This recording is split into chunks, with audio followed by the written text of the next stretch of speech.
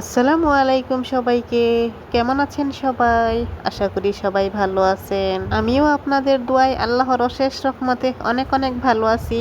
সকালবেলা তাইবা মনিরে খাবার দিয়া দিলাম। উনি ঘুম থেকে উইঠা ওনারে বলছি আজকে ভাত খাওয়ার জন্য, কিন্তু উনি নাকি ভাত খাইবো না, উনি নুডলস খাইবো। এর জন্য ওনারে স্যুপ নুডলস রান্না কইরা দিলাম। ওনারে বলছি খাওয়াই দেওয়ার লাগি, কিন্তু উনি একা একা খাইবো, খাক তাইলে। আর আমি যাই বারান্দার এদিকে, আর বারান্দাতে আইসাও পড়লাম। আজকে কিন্তু আকাশটার অবস্থা ভালোই, রৌদ্র দেখা যায়। কালকে রাত্রবেলা প্রচুর বৃষ্টি হয়েছে আমাদের এদিকে। শুধু বৃষ্টি না, সাথে এমন বাতাস যা দরজা জানালা সবকিছু ভাঙ্গা লওয়ার অবস্থা। অনেক আপুমনির ভিডিওতে দেখি তাদের এদিকে নাকি অনেক বৃষ্টি হয়েছে, তো আমাদের এদিকে কিন্তু হয়েছে না। এই প্রথম কালকে রাত্রবেলাই বৃষ্টি হইল। আর এদিকে গাছের অবস্থা, বড় ফুলাই গাছের মধ্যে কোনো পানি দেয় না, এত শখ কইরা গাছগুলারে লাগাইলো। আর কালকে প্রচুর বাতাসে গাছের অবস্থা বেশি একটা খারাপ হয়ে গেছে। এক বৃষ্টিতে আরেক বাতাসে আর কি গাছগুলার অবস্থা বেশি খারাপ হয়ে গেছিল। এখন দেখা যাক আস্তে আস্তে পানি দেওয়ার পর কিরকম হয়। তো বড় ছেলেরে বাজারে পাঠাইছিলাম, ওনারে বলছিলাম বাজার থেকে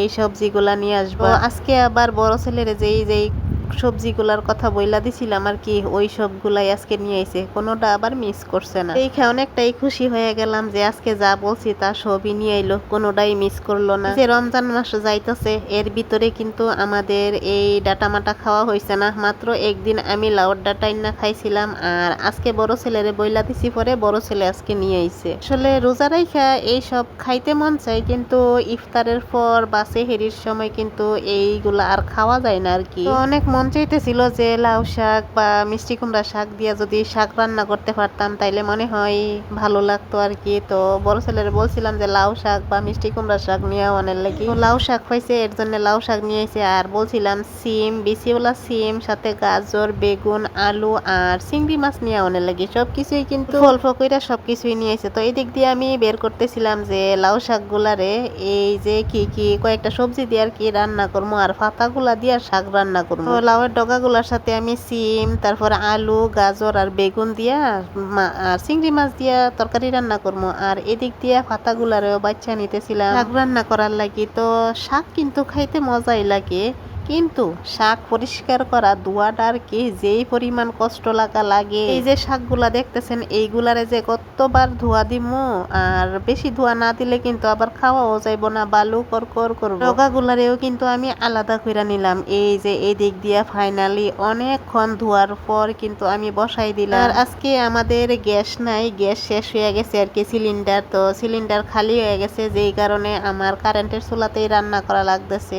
আর আমার কাছে কারেন্টের চুলার রান্না বেশি একটা মজা লাগে না আর কি, যেই কারণে আমি কারেন্টের চুলাতে রান্না করি না, আমি গ্যাসেই রান্না করি। আজকে যেহেতু সিলিন্ডার খালি হয়ে গেছে, যেই কারণে এদিকে কারেন্টের চুলাতেই রান্না করা লাগতেছে। আর লোকেরে বইলা দিছি ফোন কইরা, উনি বলছে নিয়ে আইবো, কিন্তু একটু সময় লাগবো। তো এতক্ষণ তো অপেক্ষা করা যাইতো না, কারণ ইফতারও বানানো লাগবো, যেই কারণে আমি এই দিক দিয়া বসাই দিছি। তো এই দিক দিয়া কিন্তু তরকারিটা আমি বসাই দিলাম। সবকিছু মনে করেন সবজি টবজি দিয়ে রান্না করতেছি, দেখতে কিন্তু কালারটা খুবই সুন্দর লাগতেছে। তো তরকারিটা কিন্তু আমার অনেকটাই কষানো হয়ে গেছে, ঝোলটা একেবারে নিচে গেছে, যেই কারণে আমি এখানে এখন 2টা টমেটো দিয়ে দিব। আরে আপনাদের কাছে তো একটা কথা শেয়ারই করা হয় নাই, যা আমি সব ভিডিওতেই বলি। তো আমার ভিডিওটা যদি ভালো লাগে তাইলে অবশ্যই একটা লাইক করে যাইবেন, সাথে কিন্তু সুন্দর একটি কমেন্ট করতে ভুলবেন না। আর আমার ভিডিওগুলো যদি ভালো লাগে তাইলে অবশ্যই আমার চ্যানেলটা সাবস্ক্রাইব করে রাখবেন। তারপর আইসা পড়লাম এদিক দিয়ে, আর এই যে দেখছেন লাউ পাতা দিয়া শাক যে আমি সিদ্ধ করছিলাম, তো ওই শাকটা কিন্তু আমি ফাডার মধ্যে মেশ করে বাইটা নিছি। আর এই শাকটা বেশি করে পেঁয়াজ আর রসুন আর সাথে কাঁচামরিচ দিয়া এই শাকটা রান্না করবো আর কি। আমার কাছে লাউয়ের ডগার থেকে, তরকারির থেকে আর কি এই শাকটা রান্না করলে খুবই ভালো লাগে, মজা লাগে আর কি। আর এদিক দিয়ে কিন্তু আমার তরকারিটা রান্না হয়ে গেছে, এই কারণে আমি ধনিয়ার পাতা আর সাথে কাঁচামরিচ দিয়া এখন একটু নাড়াচাড়া দিয়া ডাইকা দিমু। তো আমার তরকারিটা কিন্তু কমপ্লিট হয়ে গেছে রান্না, দেখতে কিন্তু খুবই সুন্দর লাগতেছে। অনেকগুলা সবজি দিছি তো এই কারণে। তো এদিক দিয়ে কিন্তু আমি একেবারে শুকাই লইছি তরকারির ঝোলটা আর কি। আর শাকটাও বসাই দিলাম। এই যে পেঁয়াজ আর রসুন কিন্তু আমি বাগার দিয়ে লাল লাল করে ভাজ্যাও নিলাম, ভাজ্যা তারপর শাকটা দিয়া দিলাম। এই বাটা শাকটা খাইতে কিন্তু অনেক মজা লাগে। এই শাক রান্না শেষ হইব, তারপর ভাত বসামো, তারপর ইফতার বানামো। তো আমার ভিডিওটা কিরকম হয়েছে অবশ্যই কমেন্ট করে বলবেন। ভালো থাকবেন সবাই।